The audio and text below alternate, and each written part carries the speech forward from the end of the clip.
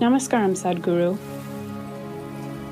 When our genetics determine so much about who and what we are, how is it possible to transcend this?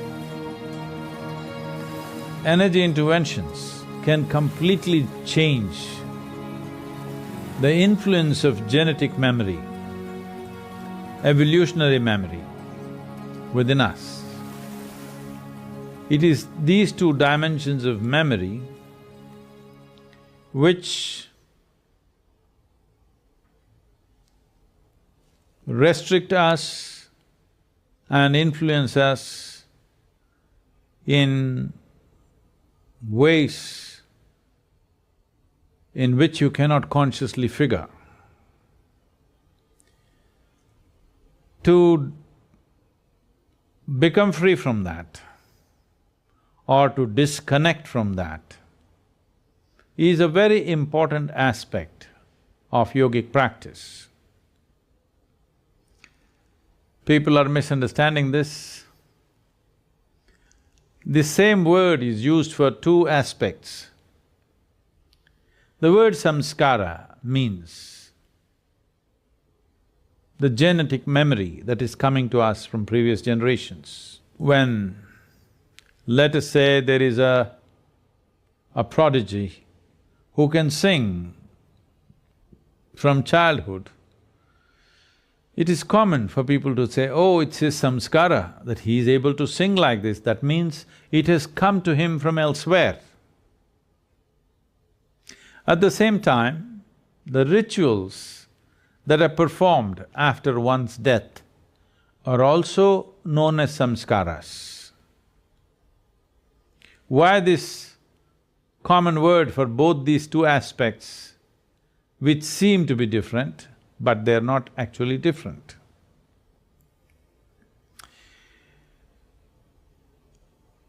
There is no denial that many memories and experiences of people before us are carried within us. There is no question about that. At the same time, whether this memory that we have inherited has become a means of bondage or a means of an advantage in our life depends on how much freedom or distance we're able to create with this memory. How to create distance with a memory that you're not even conscious of, something that throbs in every cell in your body, how to create a distance from that. This is where the initiation of yogic practices becomes significant.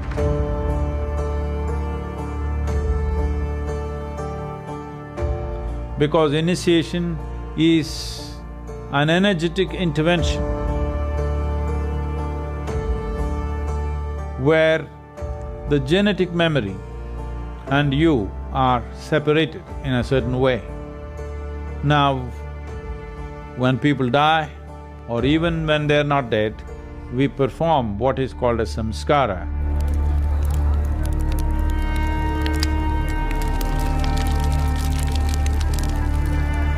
Which is a way of distancing yourself from the genetic memory of your grandparents and parents.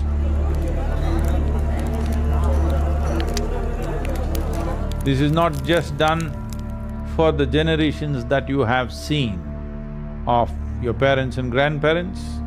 For many generations before them, it is done.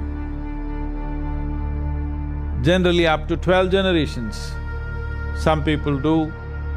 If they wish to go into certain type of activity, then they want to clean their memory from 12 generations.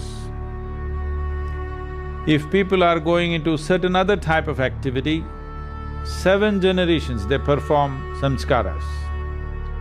Or 3 generations, normally everybody has to perform.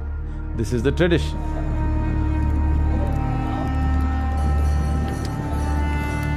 These rituals are not in remembrance of our parents and grandparents.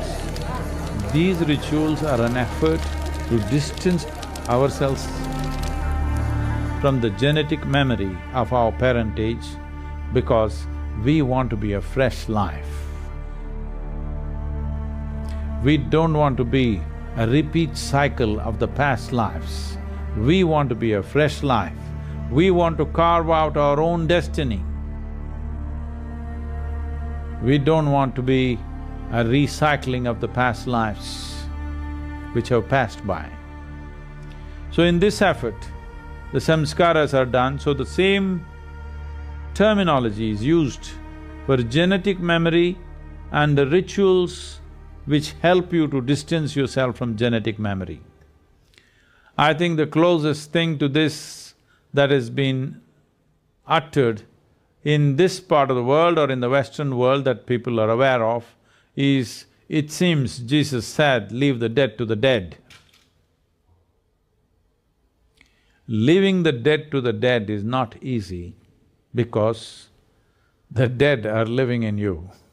This is what genetic memory means, that they live through you. Why people are eager, so eager to have children. You will see that if who you are is very important, having children and more children becomes very important too, because this is your legacy, that you want to leave your genetic material in many people after you, so that in some way you live. So do not underestimate the dead. They try to live through you. This is what genetic memory is. But when you're initiated into a powerful process, let's say like Shambhavi, if you give yourself to it, then the very energetic influence works as an intervention to distance you from your genetic memory, so that you don't become a product of compulsive cycles, but you become a conscious process of life. That's very important for a human being, because in human life, to become free is the most important goal. One thing that a human being suffers most is when their freedom is suffocated, that's when they suffer their most.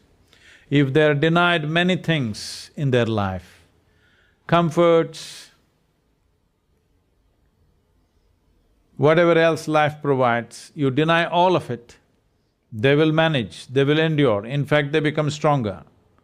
But you take away their freedom, that is when suffering is at its highest. If you walk into the prisons, this is something that I witnessed and it was unbelievable. A prison is a place where everything is pretty well organized. Food comes on time. People open doors for you and close it for you, of course. They turn on lights and turn it off for you. It's actually a good life. For a whole lot of people who live pretty badly outside, prison is pretty good. But if you enter the prison, there is pain in the air.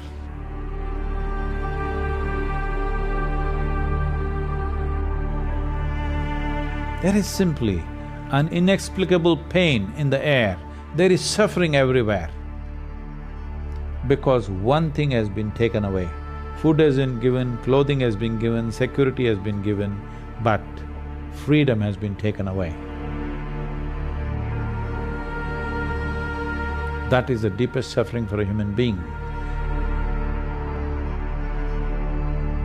Whether it's taken away by somebody or taken away by your own ways, or taken away because of your genetic material, taken away because of your evolutionary memory, it doesn't matter for what reason it is taken away. If it is taken away, slowly your face will become long and you become a suffering. You don't need any other reason. Not knowing why, you will suffer. This is why the energetic intervention of initiations so that you become capable of distancing yourself from your memory. Whatever changes naturally occur in anybody, you don't have to be concerned, but don't try to instigate changes because that can lead to a different kind of situation. Whatever naturally occurs, it's perfectly fine. I can show you many people that when they go through powerful initiations, within 24 hours, I'm saying within 24 hours, the very shape of their face will change. The way they look will look quite dramatically different from the way they looked 24 hours ago. That much change can happen in the physiology. I know best about my own experience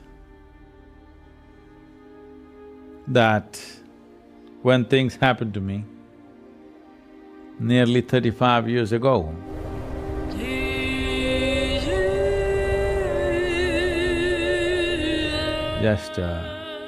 today is 19th, 4 days short of 35 years.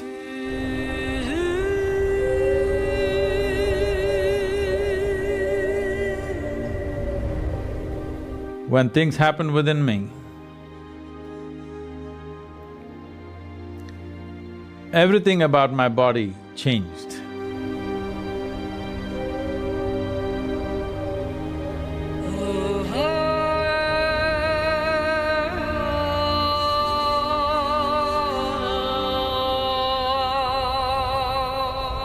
When I say everything,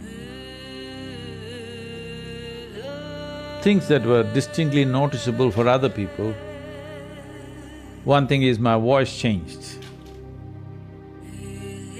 I was not at an age when voice changes, I had passed that age. My voice had already changed, but it changed in a very different way.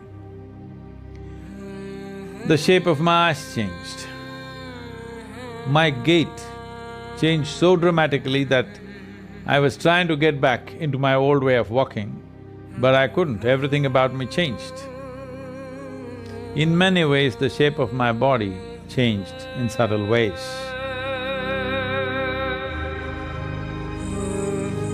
For sure, the shape of my brain changed.